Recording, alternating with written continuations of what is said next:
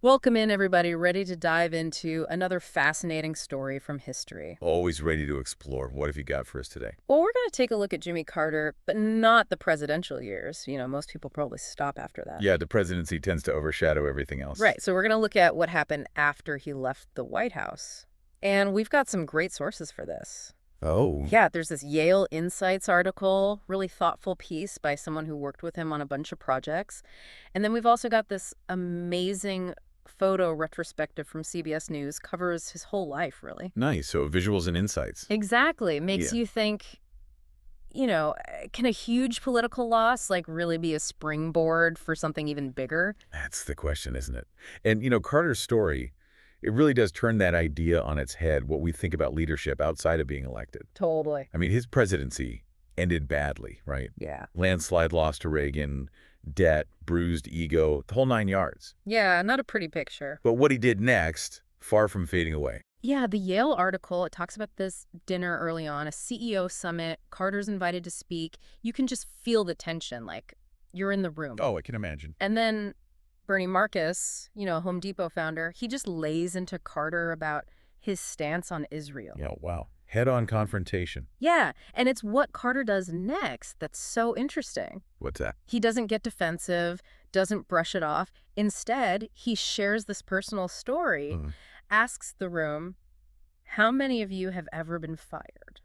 Wow. Connecting on a shared experience of failure. Yeah, kind of disarming everyone, reframing the whole thing. Brilliant move. And get this, turns out Marcus himself, he'd just been ousted from Home Depot, so they had this unexpected common ground. So he's speaking from experience, not just theory. Right. And from that point on, he's got their attention. Vulnerability builds connection. Who knew? Seriously. So what did he do with that opening? Well, the article says he just launched into this passionate explanation of his vision, his post-presidency plan. And the CEOs, they were hooked. Totally captivated. Talking about the Middle East, eradicating river blindness in Africa, environmental cleanups, global election reform, all kinds of stuff. Sounds like he had a much bigger stage in mind than just the Oval Office. Absolutely. And this wasn't just a one-time thing, this response to Marcus. It's like this pattern throughout his post-presidency. He used personal stories, shared experiences to connect with people, even when they didn't agree with him politically. So it wasn't just about charm. There was strategy there, too. Right. And the CBS News retrospective, it really shows how far-reaching his work became. Nobel Peace Prize, Camp David Accords, the Carter Center's work on global health and democracy. Undeniable impact. But it wasn't all smooth sailing. The article also mentions how he really got under George H.W. Bush's skin during the Gulf War, Oh, yeah? How so? sending letters to allies, discouraging them from joining the military coalition. Oh, talk about stepping on toes. Right. And it's this classic example of Carter's actions coming from his deep convictions, but clashing with traditional diplomacy. So good intentions, but maybe not the best execution. It's interesting. The article says he was genuinely confused by Bush's anger, claimed he'd even sent Bush a copy of the letter beforehand. Oh, really? Yeah, so it highlights this maybe blind spot he had about how international relations actually work. Even with good intentions, you got to play the game sometimes. It makes you wonder, was his commitment to peace sometimes at odds with the reality of global politics? It's a good question. Hard to say for sure. Yeah, and then there's this other anecdote about the National Dialogue on Cancer. Bush started this initiative, wanted to bring together all these cancer fighting groups, a bipartisan effort. Sounds like a good idea. And to show goodwill, Bush invites Carter to co-chair it. But then, last minute, Carter throws a wrench in the works. Uh-oh. What happened? He insists that Bush personally call him and offer the chairmanship, with Bush serving as vice chair. Seriously? Yeah, it seems kind of petty, but it's also revealing. How so? It shows this unwavering commitment to his principles, even if it risks jeopardizing the whole thing. Yeah, you can admire that or be frustrated by it, depending on the situation. Definitely adds another layer to his personality, right? Absolutely. He's a complex figure, that's for sure. Unifier, disruptor, peacemaker, provocateur, all rolled into one. And that's what makes him so interesting to study. It's a good reminder that even the best leaders, they've got their flaws. And that navigating life after the presidency, it takes finesse, understanding how power works. So how did Carter manage to move past these awkward moments? Well, he had this knack for compartmentalizing, moving on to the next project with laser focus.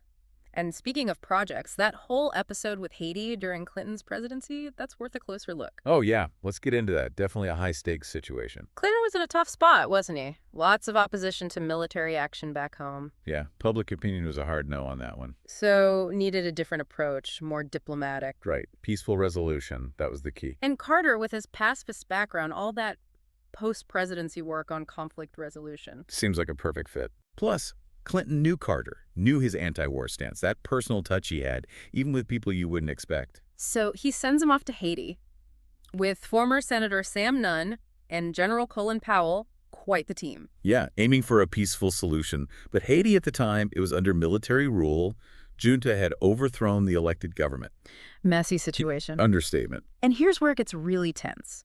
Both sources say, while Carter's team is talking with the junta leaders, Clinton, he sends fighter jets towards Haiti. Oh, wow. So the peace talks, they were a last-ditch effort. It seemed like it. Like the mission had failed, invasion was about to happen. Real edge-of-your-seat stuff. And then, boom, Carter's team pulls it off. They got a deal. Literally minutes before those jets would started bombing. Incredible. Talk about working under pressure. Shows Carter's dedication to diplomacy, that's for sure. But was it just luck? Being in the right place at the right time? Or was there something more to it? Something about Carter's approach that made this possible? I think it shows a few things about how he operated. First, his commitment to dialogue, never giving up on it. Even with fighter jets on the way. Exactly. Even when it seemed impossible, he kept talking. That's something. Second, he was willing to talk to anyone, no matter how bad their reputation. Directly engaging with those in power. Right. He didn't shy away from those junta leaders. And it worked. Which brings us to the third point, I think. He was a former president. That gave him clout. Not representing a party or an administration, just himself. Exactly. Moral authority, experience, that's what he brought to the table. And the Yale article points out this wasn't a one-off. This direct engagement, it became his signature. So Haiti, it reinforced his belief in that approach. Led him to champion other causes that needed hands-on involvement. Not just boardrooms and meetings, he was out there doing the work. Habitat for Humanity, teaching Sunday school, connecting with people directly. Those CBS News photos, him building houses, hammer in hand. Powerful stuff, really shows his commitment. So different from most ex-presidents, right? The luxury, the corporate gigs, the speaking circuit. Carter chose a different path, one of action. And that's what's inspiring. It makes us rethink what leadership really means. Not about titles or power, but about service. Using what you have to make a difference. And Carter shows it's possible even after defeat, after what most people would see as the end of the road. So we've seen him succeed through personal connections, the CEOs, those foreign leaders. But then there's that cancer initiative where the personal touch backfired. Yeah, it makes you think, where's the line? When does that personal touch become too much? Does it always lead to good outcomes? Tough questions. It's like his whole post-presidency in a nutshell. Good intentions, but sometimes struggling with the nuances, the power dynamic. He was human. That's what makes him relatable. Not perfect, just trying to do good. And both sources do a good job of showing that. Not hiding the flaws, but also highlighting the strengths. Right. They're all intertwined. That stubbornness, that moral compass of his, it could help or hinder him. Diplomatic clashes, awkward moments, but also unwavering determination. That push and pull between idealism and reality, that's what makes his story fascinating. And we all face that tension, don't we? Our own beliefs, the need to compromise. Finding that balance. Carter didn't always get it right, but he was always trying, always engaging. Never giving up on his vision, that's something to learn from. Leadership isn't about being perfect. It's about trying to make a difference. Even when you stumble, even when you make mistakes. As we wrap up this part of our deep dive, what stands out to you about Carter's approach? His sense of purpose, even after leaving office. He didn't see defeat as the end, it was just a new beginning. That ties into what the Yale article talks about, his sense of urgency. Like he knew time was limited, so he made the Carter Center this engine for change. Not just a library, but an active force. Right. He didn't want to just document his legacy, he wanted to keep building it. And that's the contrast with Gerald Ford, mentioned in the article. Yeah, Ford went the more traditional route. Corporate world, speaking engagements. While Carter was out there, literally building houses. Those CBS News images really stick with you. They embody that active approach to service. It wasn't about ideas for Carter, it was about action, making a real difference. And it wasn't just a burst of energy, he kept going for decades, into his 90s. Amazing stamina, but it also shows how deeply ingrained that service was, not a show. a way of life. It really makes you think about your own legacy. It really makes you think about what you want to be remembered for. Right. Chasing power or using whatever influence you have to, make things a bit better. That's the question Carter's story throws at us. It really is. And he could have been bitter after that 1980 election. I mean, who wouldn't be? Yeah, tough loss. But instead, he chose to act, made a real difference with the Carter Center and all that hands-on work. Turning defeat into something positive, that's quite a legacy. So we've covered a lot: his diplomacy, the good and the bad, that commitment to service. As we wrap this up, what's the main thing you hope people take away from this deep dive? I'd say it's this. Leadership isn't about a title or a position. Carter shows it's a mindset, about serving something bigger than yourself, even when you're not in the spotlight. He was always learning too, right? Sunday school, peace negotiations, didn't matter. Never stop. That's inspiring, especially now when everything's changing so fast. He embraced the unknown, always looking for new knowledge, new ways of seeing things. And proved it's never too late to, reinvent yourself. Find a new purpose, even after setbacks, what some might call failures. Makes you wonder, what impact can we have? Maybe not on a global scale like him, but in our own communities, our own lives. We can all try to live by those values: service, learning, never stopping. And who knows, maybe by studying Carter, his successes, his mistakes. We can all be a little bit more like the man from Plains. Well put.